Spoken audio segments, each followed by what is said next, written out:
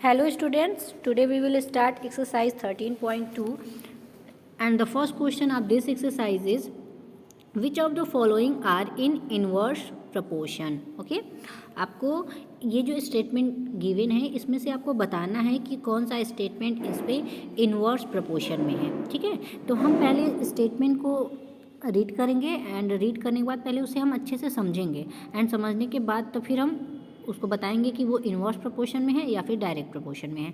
सो पहला जो स्टेटमेंट है, the number of workers on a job and the time to complete the job. मतलब पहले देखिए स्टेटमेंट को समझेंगे. स्टेटमेंट को जब तक हम समझेंगे नहीं तब तक हमें क्लियर नहीं होगा कि ये किस प्रोपोर्शन में है.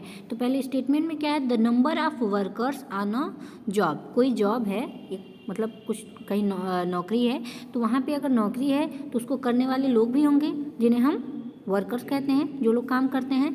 तो जो द नंबर ऑफ वर्कर्स मतलब जो वर्कर्स का जो नंबर है एंड द टाइम जो है कंप्लीट करने का जो टाइम है जॉब को, उनके बीच का मतलब यहाँ पे बताया गया है. तो उनके बीच में हम कंपेयर करके देखेंगे कि क्या वो इन्वर्स प्रोपोर्शन में है या फिर डायरेक्ट प्रोपोर्शन में है. तो जैसे मान लीजिए कि कोई वर्क है. वर्क क्या है, अब जैसे यहाँ पे हम देख लेते हैं, एक ये दीवार है. ठीक है, अब इस दीवार को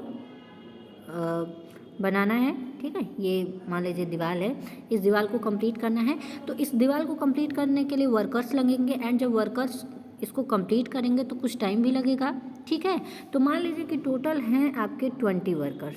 कितने हैं? 20 वर्कर्स. अब ये 20 वर्कर्स जब इस दीवार को बनाते हैं तो इनको 1 डे का टाइम लगता है.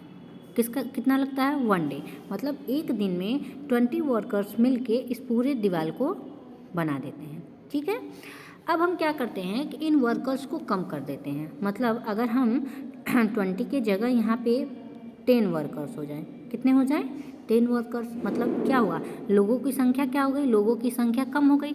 अब जब लोगों की संख्या कम हो गई तो जो काम का समय होगा वो तो बढ़ेगा ना, क्योंकि पहले क्या था कि पहले 20 लोग मिलके इस दीवार को बना रहे थे एंड जब ज़्यादा लोग थे तो टाइम कम लग रहा था, जल्दी जल्दी काम हो जा रहा था. तो एक दिन में ही पूरा जो दीवार था वो पूरा तैयार हो गया. तो 20 लोग मिलके 1 डे में किए. बट अब उस 20 लोगों में से 10 जो वर्कर थे वो कहीं चले गए. ठीक है, तो लोग कितने बचे? अब बचे लोग 10.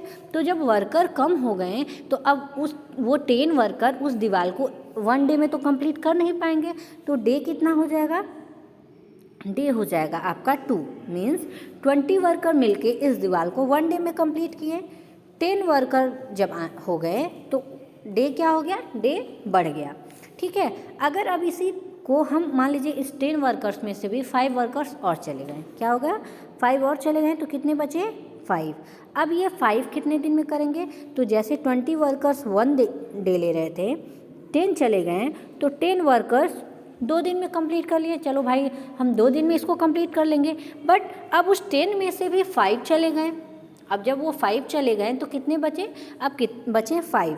तो ये डे कितना हो गया? ये हो गया 4.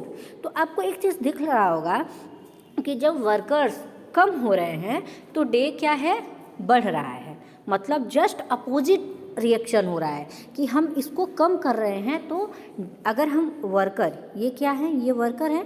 तो वर्कर्स को जब हम कम कर रहे हैं तो जो डे है वो डे क्या हो रहा है? इंक्रीज़ हो रहा है. ठीक है, वर्कर्स को हम अगर डाउन कर रहे हैं वर्कर्स को तो जो डे है वो डे इंक्रीज़ हो रहा है. मीन्स जस्ट अपोजिट हो रहा है, इन्वर्स हो रहा है. तो जो आपका पहला जो स्टेटमेंट है वो किस में है? इन्वर्स में है, क्योंकि इसका डायरेक्ट असर नहीं पड़ रहा है. वर्कर का डे पे डायरेक्ट नहीं, इन्वर्स पड़ रहा है, उल्टा पड़ रहा है कि वर्कर को हम कम कर रहे हैं तो दिन जो है वो बढ़ रहा है. ठीक है, तो इस तरीके से ये आपका जो पहला स्टेटमेंट होगा वो किस में होगा? इन्वर्स प्रोपोर्शन में होगा. क्लियर है? अब हम नेक्स्ट स्टेटमेंट देखते हैं. नेक्स्ट स्टेटमेंट क्या है?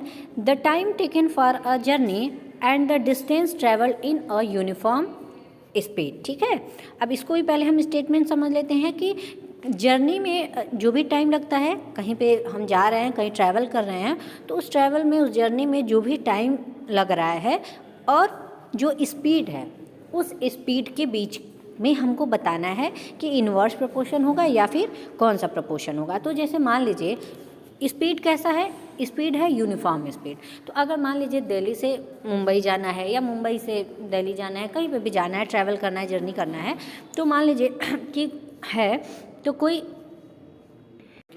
तो यहाँ पे हम मान लेंगे कि जब हम दिल्ली से मुंबई जाते हैं तो जो हमारा टाइम और स्पीड है, जैसे मान लीजिए कि 1 आवर में जो है ट्रेन जो है वो 20 किलोमीटर कवर करती है। कितना किलोमीटर?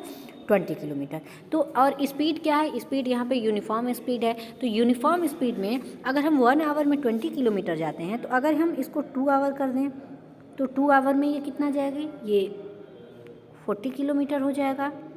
इसी तरीके से अगर हम 3 आवर में देखते हैं तो ये कितना हो जाएगा? 60 किलोमीटर हो जाएगा। 4 आवर अगर हम देख रहे हैं, मीन्स टाइम को हम जैसे जैसे बढ़ा रहे हैं तो हमारा ये जो डिस्टेंस है वो डिस्टेंस भी बढ़ते जा रहा है। मीन्स सीधे असर हो रहा है कि अगर हम टाइम को बढ़ाएंगे तो हमारा जो डिस्टेंस होगा वो ज़्यादा हम डिस्टेंस को कवर करेंगे। अगर हम 1 आवर में 20 किलोमीटर गए तो हम 2 आवर में 40 किलोमीटर जाएंगे। क्यों जाएंगे? क्योंकि यहाँ पे जो स्पीड है, यहाँ पे देखिए दिया है कि यूनिफॉर्म स्पीड है। स्पीड जो है आपकी यूनिफॉर्म स्पीड है। तो यहाँ पे आप लोग देख रहे होंगे कि सीधे इफेक्ट पड़ रहा है टाइम का और डिस्टेंस का। तो यहाँ पे कौन सा प्रोपोर्शन होगा? यहाँ पे डायरेक्ट प्रोपोर्शन होगा, न कि इनवर्स प्रोपोर्शन। तो सेकेंड वाला आपका हो जाएगा डायरेक्ट प्रोपोर्शन। ठीक है। ऐसे ही आपका थर्ड वाला है area of cultivated land and the crop harvested. ठीक है। यहाँ पे लैंड और क्रॉप का में आपको बताना है कि इसमें कौन सा प्रोपोर्शन होगा। तो अच्छा, अगर मान लीजिए कि हम कुछ एरिया, मान लीजिए कि 1 हेक्टेयर है, ठीक है, 1 हेक्टेयर में हमें 10 टन हमें क्रॉप मिल रहा है। ठीक है। अगर एरिया है, कोई लैंड है 1 हेक्टेयर, तो उस 1 हेक्टेयर में हमें 10 टन क्रॉप मिल रहा है। तो अगर फिर हम अगर एरिया को बढ़ा रहे हैं, मतलब लैंड को फिर बढ़ा रहे हैं, जैसे 2 हेक्टेयर हो गया तो 2 हेक्टेयर में हमें 20 टन मिलेगा। इस तरीके से जैसे मान लीजिए आप कि कोई है एरिया है, तो इसमें 1 हेक्टेयर है, ठीक है, कुछ ज़मीन है 1 हेक्टेयर, तो उसमें हमको 10 टन जो है क्रॉप फसल जो है हमको इतनी मिल रही है, 10 टन। ठीक है। तो उसके बाद से अगर हम 2 हेक्टेयर कर दिए, 2 हेक्टेयर में ये 20 टन हो जाएगा। 3 हेक्टेयर में क्या हो जाएगा? ये 30 टन हो जाएगा। मतलब जैसे जैसे हम लैंड को बढ़ाएंगे, हम ज़मीन को बढ़ाएंगे, फसल उगाएंगे ज़्यादा, तो हम अगर ज़्यादा फसल करेंगे, ज़्यादा मतलब खेती करेंगे, तो हमें फसल भी तो ज़्यादा मिलेगा, हमें क्रॉप भी तो ज़्यादा मिलेगा। तो यहाँ पे भी किसका असर हो रहा है? सीधे सीधे का हो रहा है, डायरेक्ट का हो रहा है। तो यहाँ पे भी कौन सा प्रोपोर्शन हो जाएगा? डायरेक्ट प्रोपोर्शन हो जाएगा। ठीक है।